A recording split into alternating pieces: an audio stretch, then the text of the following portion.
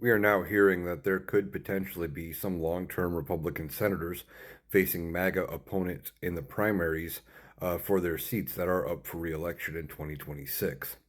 A couple of the names that have been thrown out are Tom Tillis of North Carolina, John Cornyn of Texas, and Senator Bill Cassidy of Louisiana.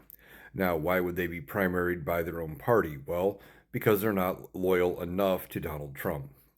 Basically, that's the gist of it. They are going to come out and start to primary any of their own who aren't loyal enough. They don't care so much about their policies. They don't care so much about keeping their party in power.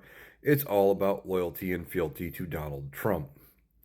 And I hope they do. I hope they primary every single one of them. I can think of a few other long-term Republican senators that should probably be facing a primary challenge for multiple reasons. And I don't care if it's about loyalty or not. Just they should be primaried. But what would happen if these all get primaried out? Well, it makes the Republicans' chances of getting reelected in those states tougher. Now, is Louisiana probably safe Republican? I would say so. North Carolina might be a different story. It's more of a swing state. It could go blue. And then there's always Texas. Texas has been notoriously safe.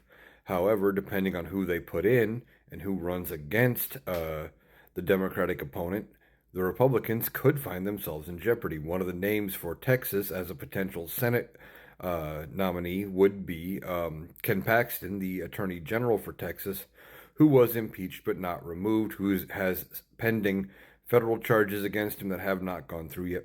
A whole bunch of stuff. He is not a good candidate at all, but yet MAGA is considering primarying out Senator Cornyn and potentially running with Ken Paxton. That would be bad news for Republicans, great news for Democrats. There could end up being some seats that would be considered safe Republican that are now up for grabs. I've talked about it a lot. I believe that the incumbency does make a difference. A lot of people will go to the voting booth and they will see a name they are familiar with and vote for that name. Now, some people will vote for party, and that's that. They don't care.